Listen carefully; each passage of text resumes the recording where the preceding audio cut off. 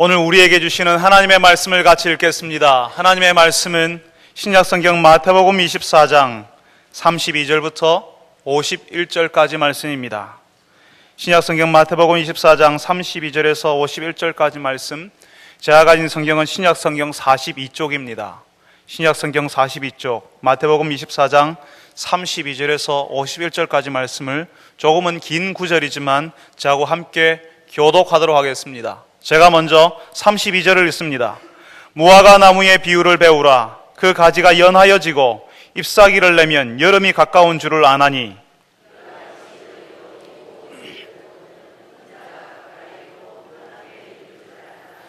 내가 진실로 너희에게 말하노니 이 세대가 지나가기 전에 이 일이 다 일어나리라.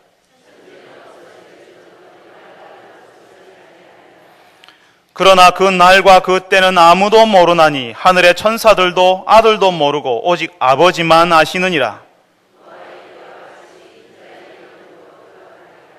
홍수전에 노아가 방주에 들어가던 날까지 사람들이 먹고 마시고 장가들고 시집가고 있으면서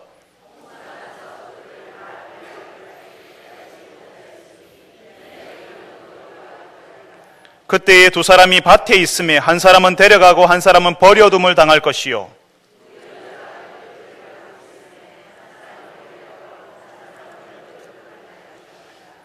그러므로 깨어 있으라. 어느 날에 너희 주가 임할는지 너희가 알지 못함이니라.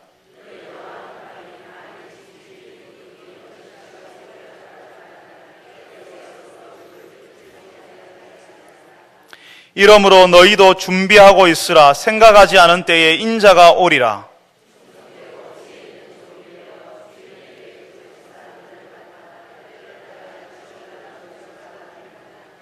주인이 올 때에 그 종이 이렇게 하는 것을 보면 그 종이 복이 있으리로다.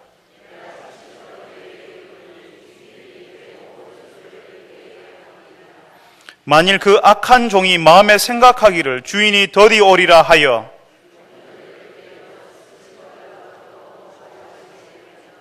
생각하지 않은 날 알지 못하는 시각에 그 종의 주인이 이르러 엄히 때리고 외식하는 자가 받는 벌에 처하리니 거기서 슬피 울며 이를 갈리라. 아멘. 할렐루야 찬양대에서 하나님께 찬양을 올려드리겠습니다.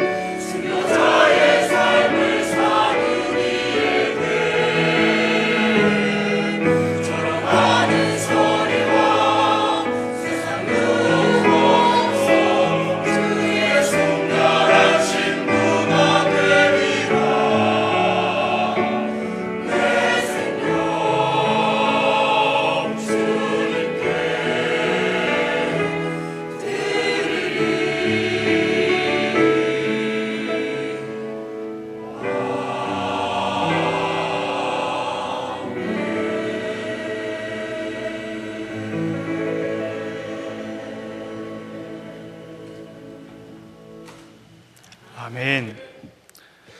사랑하는 주님, 십자가의 길을 걷는 사람들에게, 이 땅을 살면서 힘들고 어려움에 처해서 하나님이 어디 계시냐 묻는 이들에게 주님, 하나님의 사랑이 그래도 여전히 계속된다는 사실을 노래하게 하시고 고백하게 하셔서 감사합니다. 주님, 우리가 이 땅을 살면서 섭섭한 일을 당하고 어려운 일을 당하지만 우리가 알지 못하는 방식으로, 우리가 기대하지 못했던 방식으로 우리를 지키시고 보호하시며 우리를 사랑하시는 그 하나님의 섭리하심과 그 사랑을 믿고 고백할 수 있게 하여 주옵소서. 주님, 오늘도 그 주님의 말씀을 듣고자 합니다.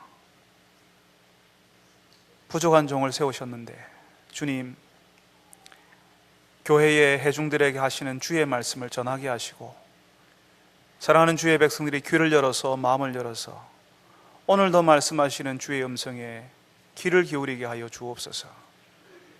하나님 앞에서 우리가 어떤 사람들인지, 하나님 앞에서 우리가 어떻게 살아야 하는지 다시 한번 돌아보는 시간이 되게 하여 주옵소서. 예수님의 이름으로 기도합니다. 아멘.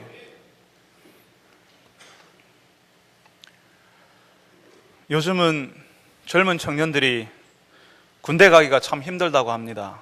군대에 가려면 몇 대 1의 경쟁을 거쳐야 하지만 그렇게 군대에 갈 수 있답니다. 저는 군대를 아주 늦게 갔는데요, 지금처럼 군대 가기 어렵기 때문에 늦게 간 게 아니라 우리나라의 통일을 기다리다가 늦게 갔습니다. 남과 북이 통일되면 군대 안 갈 수 있을 것 같아가지고 기다렸는데 제가 생각이 짧았어요.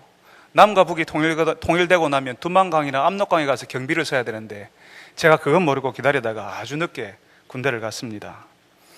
제가 4월에 입대를 했는데요, 나이가 많아서 입대를 해서 그런지 훈련이 참 힘들었습니다. 어떤 친구들은 훈련소에 입소한 날부터 제대 날까지 하루씩 수첩에 칠해가면서 이제 제대하기 700 며칠 전 이런 식으로 며칠 막 이렇게 세고 있더라고요. 근데 저는 힘들어서 훈련 받느라고 정신이 없으니까요, 날짜가 어떻게 지나가는지를 몰랐습니다. 그런데 부대 바깥으로 야외 훈련장에 훈련을 받으러 가는데 그 가는 길에 아카시아 꽃잎이 훈련장으로 가는 길에 떨어져 있었습니다. 황토길에 무수하게 떨어져 있는 그 아카시아 꽃잎을 보면서 아, 지금 5월이구나 하고 알았습니다. 그래서 저는 땅바닥에 떨어진 아카시아 꽃잎을 보면 군대 훈련소를 생각나고 그때 지쳐서 터벅터벅 걷던 끔찍한 야외 훈련장으로 가는 길이 생각나고 그때가 5월이었다는 사실을 기억하고 있습니다. 오늘 우리가 읽은 말씀에도 제가 가진 기억과 비슷한 이야기를 예수님이 하고 계십니다. 예수님께서 32절에 무화과 나무 가지가 연하여지고 잎사귀가 나오면 여름이 가까이 온 줄 아는 것처럼 이라고 말씀하시잖아요. 무화과 나무 잎사귀는 늦은 봄에, 그러니까 유대인의 달로 하면 딱 지금쯤 우리 5월 말쯤에, 그때 이제 6월이 시작되려고 할 그때에 무화과 나무 잎사귀가 나왔다는 것입니다. 그 잎사귀가 나오는 것을 보면 아, 이제 곧 여름이 되는구나 하는 사실을 유대인들은 다 알고 있었습니다. 그 잎사귀를 보고 여름이 오는 것을 아는 것처럼 예수님이 말씀하신 일들이 일어나거든. 예수님이, 우리가 오늘 24장의 후반부의 말씀을 읽었는데 우리가 2주간에 걸쳐서 24장 앞부분에 어떤 일이 벌어지는지를 우리가 들었잖아요.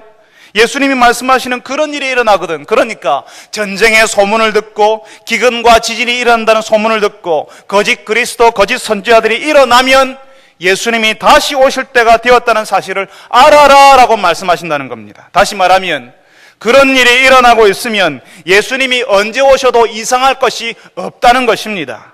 예수님께서 말씀하시고 경고하시는 일이 지금 우리 주변에서, 우리가 살고 있는 이 땅에서 일어나고 있으니까 예수님이 지금 오셔도 하나도 이상할 것이 없다고요. 제가 아카시아 꽃잎이 떨어지는 것을 보면 군대 훈련소 그리고 5월이 생각났다고 했잖아요.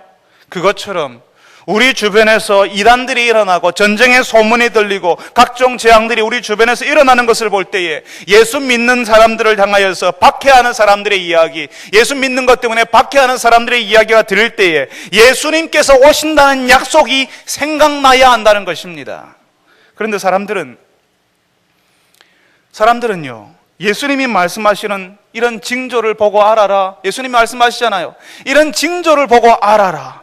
예수님이 오실 때가 다 되었다는 사실을 짐작하고 있어라라고 그렇게 예수님이 경고하시는데 그 경고에 만족하지 않습니다. 우리가요, 분명하게 딱딱 맞아 떨어지는 거 좋아하거든요. 예수님이 언제 오시는지 그 시와 때를 정확하게 알고 싶어 하는 마음이 있거든요. 우리가 두루뭉술하게 알고 있는 것보다 딱 깨놓고 분명하게 언제인지 그 날짜, 심지어는 그 시간까지 알고 싶어 하거든요. 왜요? 그렇게 알게 되면 그러면 좀 준비할 수 있을 것 같은 생각이 든다는 것입니다. 언제 오실지 모릅니다. 언제 오실지 모른다 하면요, 왠지 예수님이 안 오실 것 같거든요. 언제 오실지 모른다는 이야기를 우리는 안 오신다는 말씀으로 자꾸 해석하고 싶어 하거든요. 그러니까 우리가 그렇게 이야기합니다. 예수님 뭡니까? 온다는 말입니까? 안 온다는 말입니까? 온다면 언제 오시는지 그 날짜를 정확하게 알려주셔야지요. 우리가 사람들에게 그래야지 예수님이 이날 오니까 너희들 준비하라고 더 정확하게 경고하지 않겠습니까? 라고 우리는 마음에 그런 생각을 가진다는 겁니다. 10월 28일 이렇게 이야기하시면 10월 28일에 온다 하면 사람들은 일단 긴장하지 않겠습니까? 진짜가 그게 맞냐? 라고 사람들이 우리 신앙에 대해서 기웃거리기라도 할 테니까 날짜가 중요하다고 우리는 생각하는 겁니다. 그 날짜가 나오면 적어도 그 날짜가 되기 전까지 우리는 준비할 수 있잖아요. 여행을 갈 때에 그 날짜가 되기 전에 그 전날 후닥닥 가방 싸고 간편한 것만 딱 챙기는 것처럼 그렇게 그 날짜 전에 후닥닥 하나님 앞에서 부끄럽던 생활도 그때 가서 정리하고 외출하기 전에 면도하는 것처럼 하나님 앞에서 조금은 떳떳한 모습으로 갖추려고 애를 쓰겠다는 마음이 거기에 담겨져 있는 것입니다. 그 날짜를 알고 싶다는 것은 지금은 내가 준비 안 돼 있는데, 지금은 예수님 오시면 안 되는데 그 날짜를 알게 되면 적어도 그 날짜를 알기 전에, 그 날짜 전에 시험 초치기 하듯이, 벼락치기 하듯이 그렇게라도 준비해서 갈 수 있겠다는 우리의 요행 심리를 담고 있습니다. 왜 우리가 그런 생각하잖아요. 예수님이 십자가에 달리실 때요, 예수님과 함께 십자가에 달린 강도가 있었습니다. 두 강도가 있었는데 그중 한 강도가 예수님께 이렇게 이야기했습니다. 예수님, 당신의 나라가 임하실 때에 나를 기억하소서. 이렇게 하니까 예수님이 그랬어요. 오늘 네가 나와 함께 낙원에 있으리라. 은근히 사람들이, 예수 믿는 사람들이 이걸 부러워한다니까요. 평소에는 예수님 없이 그냥 살다가 내가 하고 싶은 대로, 내가 가고 싶은 대로 내 마음껏 하다가 나중에, 그러니까 막판에 결정적인 순간에 예수님을 인정하고 예수님이 주신다는 그 낙원, 하나님의 나라에 가고 싶다는 겁니다. 한 번씩 신방 가면요, 교회 잘 안 나오신 분들한테 이야기를 하면요, 그분들이 그래요. 목사님, 내가 지금 그냥 그렇게 살다가 나중에 내가 죽기 전에 그때 예수 믿는다고 말하면 안 됩니까? 라고 말하는 사람들이 계십니다. 바로 그렇게 절묘하게 타이밍을 잡고 싶다는 겁니다. 그렇게 절묘하게 타이밍을 잡았던 그 강도가 얼마나 부러운지 모르는 거죠. 그래서 그 타이밍을 잡을 수만 있다면 마지막에 예수님을 받아들이고 예수님이 약속하시는 하나님 나라에 들어가면 되지 않냐라고 생각하는 것입니다. 그래서 예수님 옆에 있던 그 강도처럼 마지막에 결정적인 타이밍에 예수님께 갈 수 있다고 생각하고요, 예수님이 다시 오시는 날짜를 그렇게 우리가 궁금하게 여기고 알고 싶어 하는 겁니다. 예수님이 오시기 바로 직전에 그때 가서, 예수님이 오신다고 약속했던 그 날짜 그때 가서 세상에 빠져 살던 습관도 그때 끊고, 예수님이 오시기 바로 직전에 예수님이 좋아하실 만한 일들을 그때 시작하겠다는 것입니다. 그런 준비를 할 수 있기 위해서는 날짜를 정확하게 알아야 한다고요. 그래서 예전에 다미선교회라고 하는 곳에서 1992년 10월 28일 자정 밤 12시에 예수님 오신다고 사람들에게 말하고 다니니까요, 예수를 믿는다고 하는 수많은 사람들이 그 다미선교회에 빠져들어갔습니다. 여러분 혹시 그런 생각 해보지 않으셨습니까? 예수님이 다시 오시는 날짜를 알면, 바로 그때 오신다라고 정확한 날짜를 알면 내가 지금 이렇게 흐릿하게 사는 것, 예수님을 믿는지 안 믿는지 잘 모르는 이 흐릿한 신앙생활을 바로잡고 똑바로 정신 차리면서 한번 해볼 수 있지 않을까라는 그런 생각 혹시 해보지 않으셨습니까? 우리는 그래서 그 날짜, 그 예수님이 다시 오시는 그 시간을 그렇게 궁금하게 생각합니다. 그 시간만 알면 우리가 좀 제대로 준비할 수 있고 예수님을 맞이할 수 있을 텐데, 내가 준비가 좀 제대로 될 수 있을 텐데, 목욕 재개하고 머리도 깎고 면도도 하고 화장도 예쁘게 하고 흰옷을 멋지게 입고 예수님을 오실 시간에 맞추어서, 아니 30분 전에, 예배 시간에는 10분 전에 못 오지만 적어도 예수님 오시는 그 날짜에는 30분 전에 미리 나가서 예수님을 환영하면 예수님도 좋고 우리도 좋은 거 아닙니까? 예수님이 오시면 천사들 보내서 택한 자들, 예수님이 사랑하는 자들 다 불러 모으신다고 하는데 뭐 그럴 필요 있나요? 그 날짜만 알면 우리가 알아서 다 나가 있을 텐데요. 그런데 예수님께서는 우리 생각과는 전혀 다른 말씀을 하십니다. 오늘 우리가 읽었던 말씀 36절에 이렇게 이야기합니다. 그러나 그 날과 그때는 아무도 모르나니 하늘의 천사들도 아들도 모르고 오직 누구만 아신다고요? 아버지만 아시느니라. 사랑하는 성도 여러분, 예수님께서는 그 날짜를 알고 싶어하고 그 정확한 시간을 알고 싶어하는 우리의 욕망과는 다르게 그 날과 그 때를 우리는 알 수 없다고 하십니다. 예수님께서 왜 그 날과 그 때를 우리에게 알려주지 않으실까요? 우리가 그렇게 알고 싶어 하는데 그 날만 알면 우리는 사실은 불안하잖아요. 예수님이 언제 오실지 몰라서 예수님이 안 오시면 좋겠다는 그런 마음까지도 우리가 가지고 있는데, 예수님이 그 날짜를 확실하게 못 박아 버리시면 그 날 전에 우리가 준비할 수 있을 것 같은데 왜 우리에게 그 날짜를 알려주지 않습니까? 그 이유들을 우리가 다 정확하게 일일이 알 수 없지만 적어도 우리가 그 날과 그 때를 모르는 것이 예수님을 믿는 우리에게 유익하기 때문이라는 것입니다. 학생들 가운데 그런 친구들이 있지요. 시험 날짜가 나오면요, 내일부터 내가 진짜 열심히 해야 되겠다. 그리고 그 내일이 되면 오늘은 좀 쉬고 내일부터 진짜 내가 열심히 할 거야. 그리고 또 그 내일이 되면 내가 내일부터는 3배로 열심히 할 거야. 내가 시험까지 쉬었으니까 미안한 마음이 있거든요. 그래서 또 내일 하다가 시험 날짜가 임박해서 하루 이틀 남겨놓고 벼락치기와 초치기로 공부하는 학생들이 있지 않습니까? 시험 날짜가 나왔을 때 벼락치기를 하고 초치기를 해서 시험 공부를 하는 것이 도움이 되는 학생들이 있지만, 진짜 잘하는 학생들은 평소에 공부하고 있어서 시험 기간이라고 유난을 떨지는 않습니다. 그냥 불시에 날짜 가르쳐 주지 않고 어느 날 갑자기 시험을 쳐도 잘하는 학생들은 그냥 자기 실력 발휘합니다. 그렇지만 시험 때만 그 날짜가 나와야지만 벼락치기와 초치기 방식으로 공부하는 학생들은 꼼짝하지 못하고, 불시에 시험을 칠 때 꼼짝하지 못하고 자신의 바닥을 드러낼 수밖에 없는 것입니다. 예수님께서는 우리가 예수님이 오시는 날짜에 맞추어 사는 인생이 아니라 이 땅을 사는 동안 하나님의 은혜를 알고 그 은혜를 따라 사는 하나님의 사랑받는 자녀로 살기를 원하시는 것입니다. 그냥 지금 여기서 하나님의 사랑받는 자녀로 살기 때문에, 내가 지금 하나님의 은혜로 살기 때문에, 내가 좀 부족해도 하나님이 나를 불러주셨다는 사실을 알기 때문에 예수님이 언제 오셔도 상관없다는 것입니다. 어차피 나는 부족했거든요.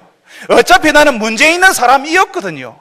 그런데 하나님이 나를 불러주셔서 하나님의 은혜로 살아가게 하셨는데 예수님이 언제 오신들 그게 무슨 상관이 있습니까? 지금 여기서 힘든 일이 있지만 예수님의 사랑받는 자녀로 살기 때문에 힘들어도 행복하고 즐겁게 살아갑니다. 어려운 일이 있어도 하나님이 주시는 위로가 있고 감동이 있습니다. 경제적으로 궁핍하지만 그래도 하나님 앞에 감사할 것이 있고, 그래도 하나님 앞에 노래하는 찬송할 노래가 있습니다. 그런데 지금도 여기서 살만하거든요. 괜찮거든요. 하나님이 주시는 것을 누리고 있거든요. 좀 넉넉할 때도 넉넉하게 살 수도 있거든요. 그런데 예수님이 오시면 더 즐겁고 더 행복한 생활이 시작되는 겁니다. 지금 괜찮지만 지금 괜찮은 것보다 더 강력하고 더 놀라운 일들이 우리를 기다리고 있는 것입니다.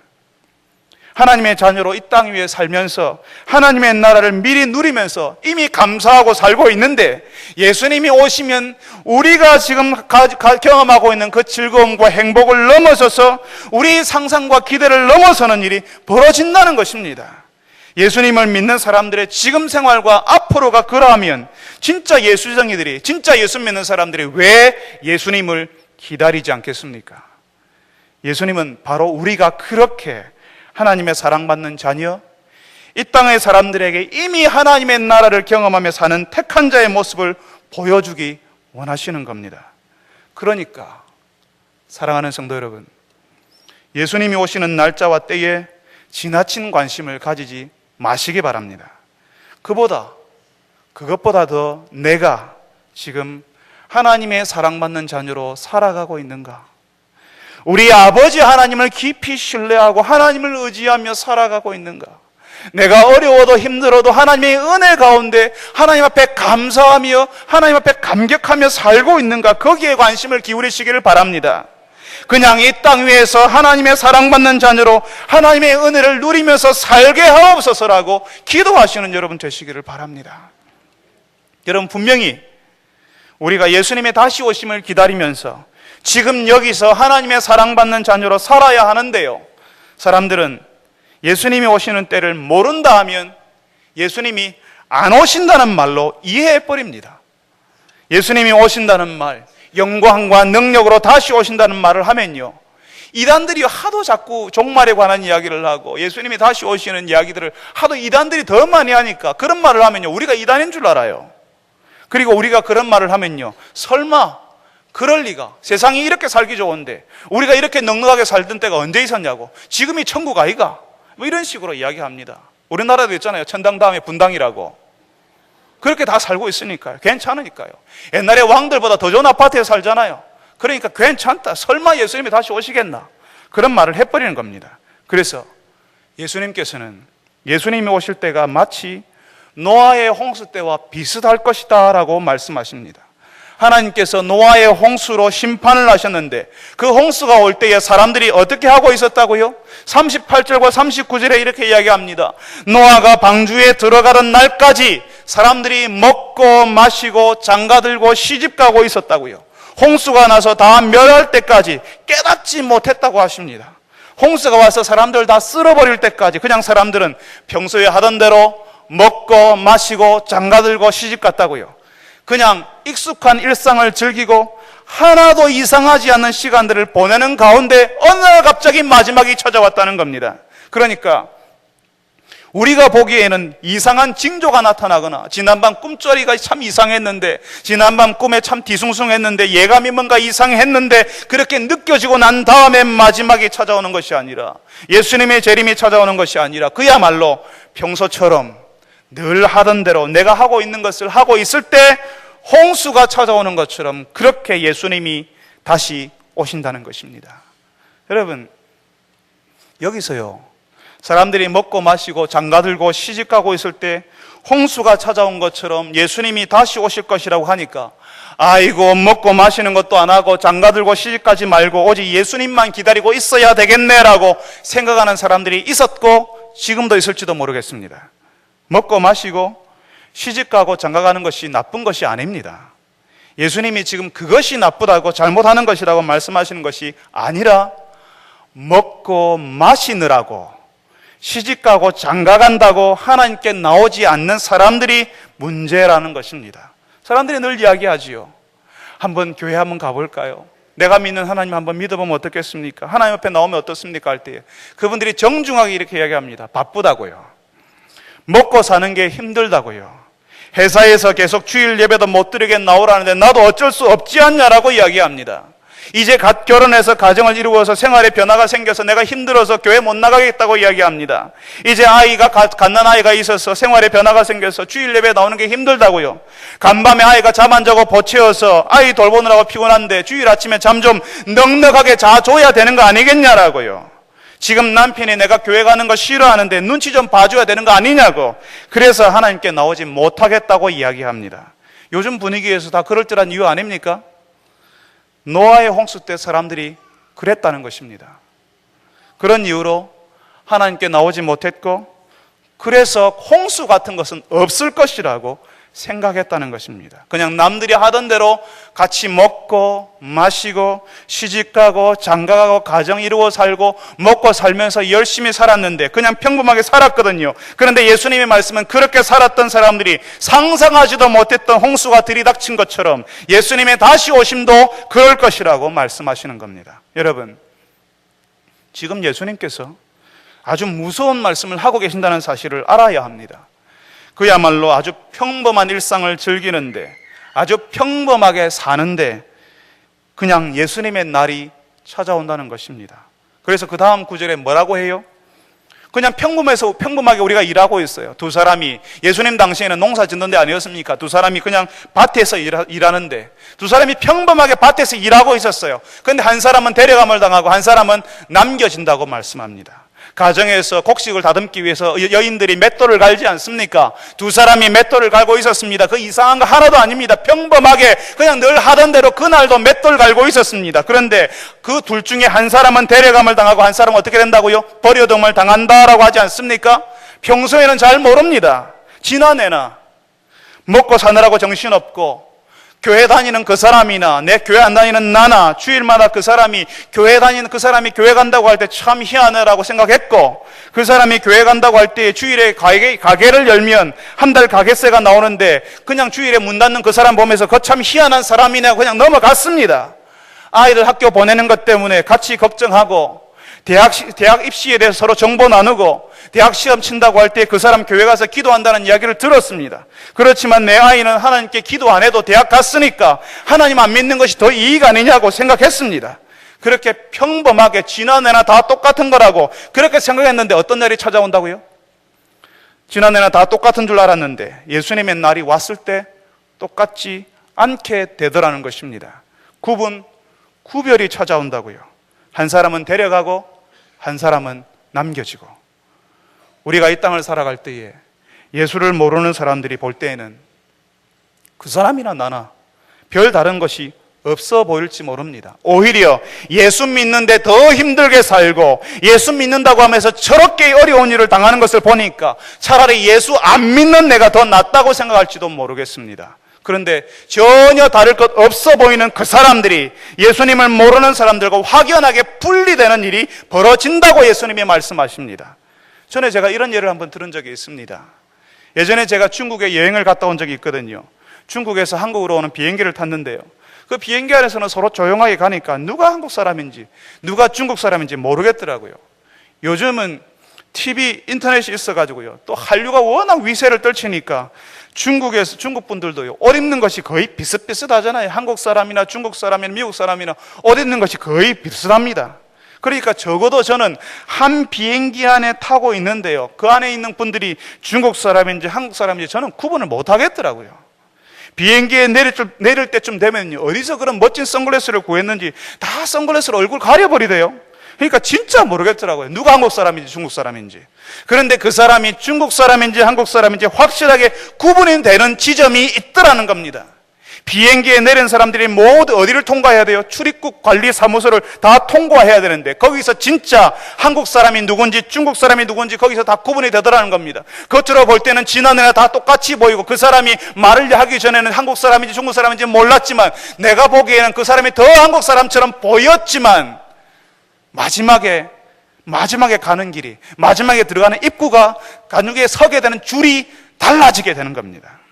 그 전까지는 다 구분 없이 갔지만 출입국 사무소를 통과할 때는 한국인과 외국인이 완전히 구분되는 것처럼 예수님이 다시 오실 때는, 그전에는 우리가 다 같이 갑니다.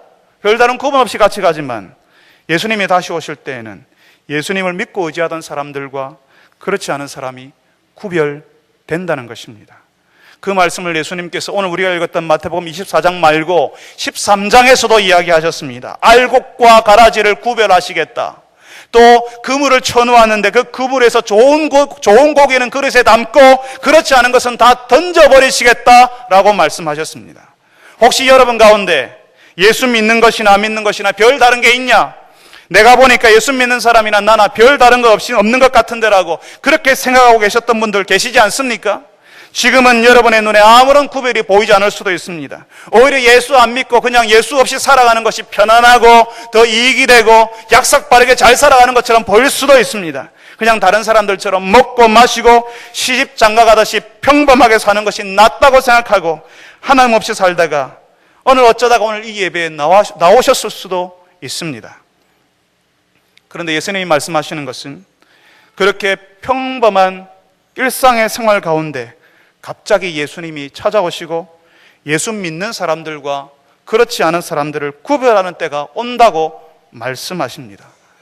노아 홍수 때도 수많은 사람들이 다 홍수로 멸해질 때까지 자기에게 무슨 일이 벌어지고 있는지를 깨닫지 못했다고 말씀하시는 것을 듣지 못하십니까? 예수님께서 다시 오셔서 예수님을 믿고 의지하는 사람들과 그렇지 않은 사람들을 구별하실 것입니다. 그리고 예수님 없어도 괜찮다고, 예수 없어도 잘만 살더라고, 저 사람들 보라고 그렇게 생각하고 그냥 먹고 마시고 시집가고 장가가는 그런 일상에만 관심을 가진 그 사람들에게 노아 홍수와 같은 멸망의 날이 찾아올 것입니다. 오늘 이 예수님의 경고의 말씀을 듣고 그냥 일상의 평범한 생활 속에서 예수님을 믿고 의지하는 생활로 나오시기를 바랍니다. 예수님이 구분하러 오실 때에 하나님 나라 출입국 관리소에 서서 어느 줄에 서 있고 싶습니까? 하나님 나라 출입국 관리소에 서서 예수님이 사랑하는 사람, 예수님을 기다리는 사람들 편에 서 있고 싶지 않으십니까? 지금은 구별되지 않지만 나중에 우리가 완전하게 어쩔 수 없이 구별할 수밖에 없는 그 시기에 예수님이 사랑했던 사람, 예수님을 기다리는 사람들 편에 서 있는 여러분들이 다 되시기를 바랍니다. 예수님이 다시 오시는 것은 우리가 일상생활을 하고 있을 때에 특별한 거라고는 하나도 없어요. 그냥 평범한 생활을 하고 있을 때, 밭을 갈고 있거나 맷돌을 갈고 있을 때, 우리식으로 하면 직장에서 열심히 보고서 작성하고 프레젠테이션 준비를 하고 있는데 가게문을 열기 위해서 열심히 음식 식재료를 준비하고 있을 때 그때 오신다고 말씀하시는 겁니다. 그 예수님이 우리가 생각하지 못한 때에 오신다는 사실을 강조하기 위해서 마치 도둑이 들어오는 것처럼 오신다라고 말씀하십니다. 아무도 모르는 시간을 택해서 도둑이 들어오는 것처럼 예수님이 오심도 그 정도로 의외의 시간에, 뜻밖의 시간에 갑작스럽게 일어날 것이라고요. 지금 예수님께서 이렇게 도둑 이야기까지 하면서 그 정도로 갑작스럽게 불시에 온다고 말씀하시는 이유가 뭡니까? 무엇 때문에 그런 이야기를 하십니까? 우리의 일상 가운데 갑자기 툭 튀어나오는 것처럼 아무런 변화도 없을 줄 알았고 그냥 이런 평범한 생활, 시집가고 장가가고 먹고 마시는 이런 일상생활이 우리의 평생을 그냥 쭉 이어나갈 것으로 그렇게 생각했는데 그게 아니라 우리 일상 가운데 갑자기 툭 튀어나오는 것처럼 그렇게 예수님이 오실 것이니까 어떻게 하라고요? 우리가 깨어 있으라고요. 준비하고 있으라고요. 예수님이 오신다는 사실을 알고 기다리고 있으라고 말씀하시는 겁니다. 그런데 여러분, 여기에 바로 우리 고민이 있습니다. 예수님이 언제 오실지 그 날과 때를 알고 있으면 우리가 준비할 수 있잖아요. 도둑이 2시에 온다고 미리 우리가 알고 있으면 2시에 맞추어서 기다리고 있다가 도둑 잡을 수 있습니다. 그런데 예수님이 오시는 것은 아무도 모른다고 하는데 우리가 어떻게 깨어있고 어떻게 우리가 준비할 수 있습니까? 제가 조금 전에 말씀드렸지요.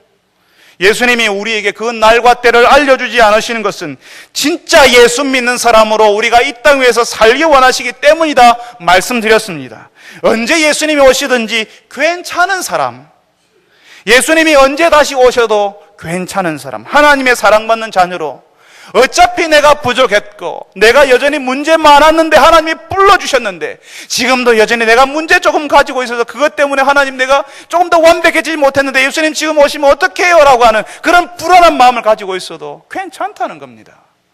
하나님께서 여전히 우리를 그런 부족한 모습 가운데서도 우리를 여전히 사랑하시기 때문에 예수님이 언제 오셔도 상관없는 하나님의 사랑받는 자녀로 살고 있으면 된다고요. 바로 그것이 깨어있는 것, 준비되어 있는 것입니다. 지금 예수님 때문에 하나님의 자녀가 되었고 하나님이 나를 사랑하신다는 사실이 감사하고 놀라워서 이 땅 위에서 하나님의 나라를 미리 경험하고 살고 있는데 지금도 하나님의 나라의 놀라운 은혜들과 능력을 내가 지금 경험하고 있는데 예수님이 다시 오시면 그 하나님의 나라가 얼마나 완벽하겠으며 그 나라에 사는 것이 얼마나 놀랍겠습니까? 이 땅에 사는 것도 괜찮고 좋지만 예수님이 오시는 것이 더 좋은 것이 되고 그것을 기다리는 것이 더 행복한 일이 되는 것입니다. 바로 그 상태, 그렇게 예수님을 기다리는 상태, 예수님이 다시 오셔도 좋겠다는, 괜찮겠다는 그 상태, 그게 바로 깨어있는 것, 준비되어 있는 것입니다. 예수님께서는 구체적으로 깨어있는 것, 준비되어 있는 것이 무엇인지 이제 우리가 읽었던 말씀 45절부터 25장 전체를 가지고, 마태복음 25장 전체를 가지고 설명하시려고 합니다. 45절부터 나오는 충성되고 지혜로운 종의 이야기, 그리고 여러분이 알고 있는 슬기로운 5 처녀와 미련한 5 처녀의 이야기, 달란트 비유 이야기 등을 가지고 예수님께서 설명하십니다. 그래서 저는 예수님이 다시 오실 때까지라는 제목으로 연속해서 4번의 설교를 하려고 합니다. 오늘 설교 제목이 뭐라고요? 예수님이 다시 오실 때까지. 다음 주 주보에 이번 주와 같은 설교 제목이 나오더라도 절대로 이상하게 생각하지 마시기 바랍니다. 4번 똑같이 나간다고 말씀을 드렸습니다. 목사님이 지난주 했던 거 또 한다고 여러분 목사를 이상하게 생각하시면 안 됩니다. 예수님이 다시 오실 정확한 날과 때를 몰라도 깨어 있는 것, 준비되어 있는 것을 예수님이 설명하시는데 그 첫 번째가 우리가 충성스럽고 지혜로운 종이 되는 것입니다. 주인이 멀리 갔습니다. 그리고 종에게 그 집안에 있는 모든 것들을 종에게 다 맡겨놓고 갔습니다. 그 집안 사람들도 그 종에게 맡겨놓고 갔습니다. 그 사람들을 맡은 종이 주인이 올 때까지 양식을 나눠주고 돌봐주라고요. 그래서 그 양식을 나눠주고 돌봐주면 주인이 올 때에 그 주인이 얼마나 기뻐하겠냐 하는 겁니다. 주인이 다시 오실 것을 알고 주인이 올 때까지 열심히 자신에게 맡겨진 일들을 감당하는 그 종을 보면, 열심히 맡겨진 사람들을 돌보고 그 주인의 집을 돌보면 주인이 다시 올 때에 그것을 보고 이 종에게 더 많은 것, 오늘 우리가 읽었던 말씀에는 주인의 모든 소유라고 이야기합니다. 그것을 다 맡겨준다고 이야기하고 있습니다. 그런데 여기에 악한 종도 나오지요. 그 악한 종은 생각하기에 주인이 더디 오리라 생각하고 혹시 안 올지도 모른다고 생각할지 모릅니다. 그러니까 자기에게 맡겨진 것을 가지고 동료들을 때리고 술 친구들과 먹고 마셨다라고 합니다. 여기서 나오는 술 친구는 술 주정뱅이, 술에 쩔어 있는 사람들을 이야기합니다. 술에 쩔어 있는 그 사람들과 함께 먹고 마시는 것으로 시간을 보냈다고 이야기합니다. 그런데 이 악한 종이 정말 일어나지 말아야 하는, 일어나면 안 되는, 일어나기를 원하지 않았던 그런 일이 벌어졌지요. 생각하지 않은 날, 이 종이 알지 못하는 시간에 누가 왔다고요? 그 주인이 돌아왔습니다. 그 주인이 이 종을 보면서 어떤 생각을 했겠습니까? 이 종에게 주인의 처벌이 기다리고 있는 것입니다. 사랑하는 성도 여러분, 예수님을 믿고 하나님의 자녀가 된 사람들은 이제 이 땅에서 살아가는 목적과 사명이 있습니다. 그냥 먹고 마시고 어차피 인생 뭐 있나, 그냥 많이 먹고 많이 마시고 그냥 그렇게 사는 거 아이가, 이렇게 하는 것 예수 믿는 사람, 그런 사람들은 아닙니다. 그냥 시집가고 장가가고 겨우 결혼해서 가정 이루고 그냥 그렇게 인생 살아가는 거, 그거 아닙니다. 하나님께서 우리에게 맡겨주신 일이 있습니다. 물론 우리가 그냥 하나님의 사랑받는 자녀로 살면 됩니다. 그런데 하나님의 사랑받는 자녀로 어떻게 사느냐 하는 것입니다. 어떻게 살아야 하느냐 하는 것입니다. 그것은 바로 하나님이 내게 주신 사람들, 하나님이 내게 허락하신, 맡겨준 사람들을 돌보는 것입니다. 내 가족들, 내 주변 사람들, 내가 만나는 사람들, 그 사람들을 돌보고 섬기는 일을 저와 여러분에게 맡겨주셨습니다. 그런데 불행하게도 어떤 사람들은 먹고 마시느라고 자신의 일에 너무나 몰두해서 자기가 하고 있는 일이 너무너무 좋아서 그 일의 성취가 너무너무 기특하고 고마워서 내 가족들, 주변 사람들을 돌보는 일을 소홀히 하거나 아예 하지 않는 사람들도 있습니다. 심지어 어떤 사람들은 자신에게 허락된 그 배우자를 때리고 행패를 부리는 사람들도 있습니다. 자신의 자녀들이 마치 자식이 자기의 소유인 것처럼 함부로 대하고 욕하고 때리는 부모들도 있습니다. 그 자녀들이 잘못될까봐 아픈 가슴을 참아가면서 회초리를 드는 것이 아니라 자신이 화가 나서 분노가 일어나서 자신보다 약한 자녀에게 그 화를 쏟아붓는 부모가 있다는 것입니다.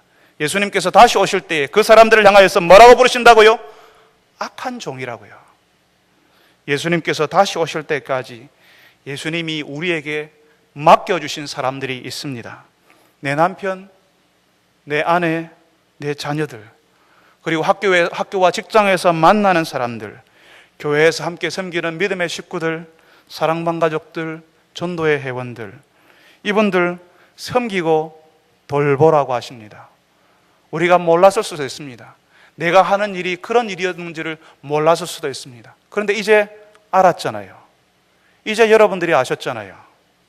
이 사람들 섬기지 못하면서 내 아내도 내 남편도 내 자녀들도 제대로 돌보지 못하면서 다른 사명, 세상을 바꾸고 뒤집겠다는 엄청난 사명은 이루어지지도 않고 그런 사람들에게 주어지지도 않습니다. 충성되고 지혜로운 종, 깨어있고 준비되어 있는 사람은 예수님께서 다시 오실 때까지 자신에게 맡겨진 사람들을 잘 돌보고 섬기는 사람들입니다. 사랑하는 성도 여러분, 예수님이 다시 오실 때까지 여러분에게 맡겨주신 사람들, 사랑하라고 보내주신 그 사람들, 돌보고 도와주라고 보낸 그 사람들을 잘 섬기고 돌보시는 분들이 되시기를 바랍니다. 예수님이 마치 안 오실 것처럼, 지금까지 안 오셨으니까 나중에도 안 오실 거라고 생각하고 자기만 생각하고 자기의 것만 찾다가 예수님이 다시 오실 때에 놀라고 두려워하는 사람이 아니라 예수님이 다시 오실 때까지 하나님이 맡겨주신 사람들을 더 사랑하고 돌보는 분들이 되시기를 바랍니다.